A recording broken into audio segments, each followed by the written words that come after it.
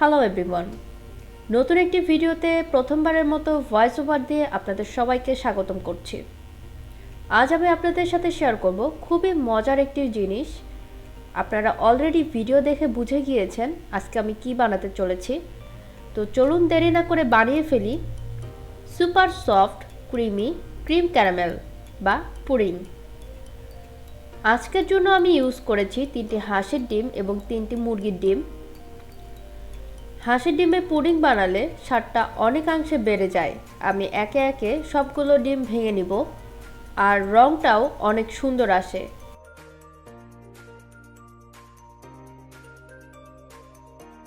আমি একে একে 6টি ডিম ভেঙে নিলাম এবং এর মধ্যে আমি অ্যাড করে দিব 1 কাপ পরিমাণ চিনি।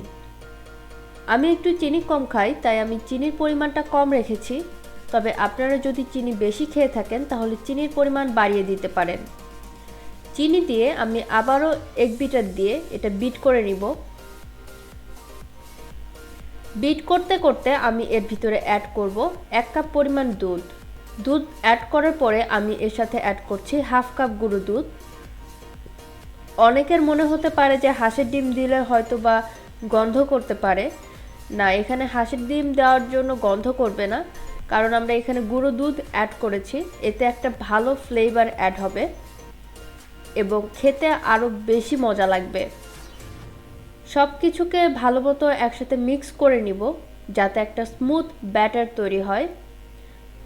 অন্যদিকে আমি যে বাটিতে ক্যারামেল পুডিং বানাবো সেই বাটির ভিতরে 4 চামচ চিনি এবং হালকা কুসুম গরম পানি দিয়ে একটা ক্যারামেল তৈরি করে নিব।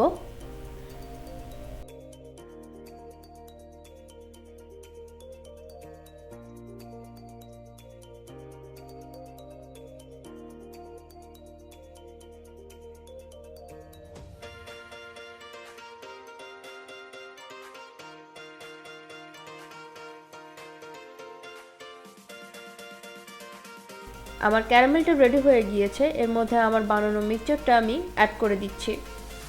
আমি একটি ছাকনা দিয়ে ছেঁকে নিচ্ছি যাতে পুডিংটা আরও স্মুথ হয়। এবার একটা বড় পাত্রে আমি পানি নিয়ে নিব এবং এর ভেতরে একটা স্ট্যান্ড সেট করে পুডিংটা বসিয়ে দিব এবং পানিটা আমি এতখানি নিয়েছি যাতে পুডিংয়ের অর্ধেকটা পানিতে ডুবে থাকে। এবার এটা হালকা আঁচে 40 মিনিটের জন্য চুলোয় দিচ্ছি। মাঝে মাঝে আমি চেক করে নিয়েছি পুডিংটা হয়েছে কিনা, কারণ সময় কম বেশি লাগতে পারে, আপনাদেরও সময় কম বেশি লাগতে পারে। আপনারা সেটা চেক করে নেবেন।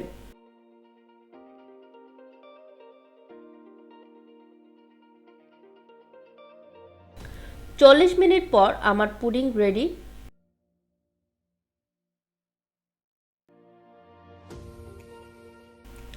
পুডিং খেতে যেমন মজা, বানানো অনেক সহজ। তাই আপনারা বাসায় অবশ্যই পুডিং বানাবেন এবং আমার সাথে শেয়ার করবেন আপনাদের পুডিং বানানোর অভিজ্ঞতা কেমন ছিল। তো বন্ধুরা, এটাই ছিল আমার আজকের ভিডিও। আশা করি দেখা হবে অন্য কোনো এক ভিডিওতে। সবাই ভালো থাকবেন, সুস্থ থাকবেন। আল্লাহ হাফেজ।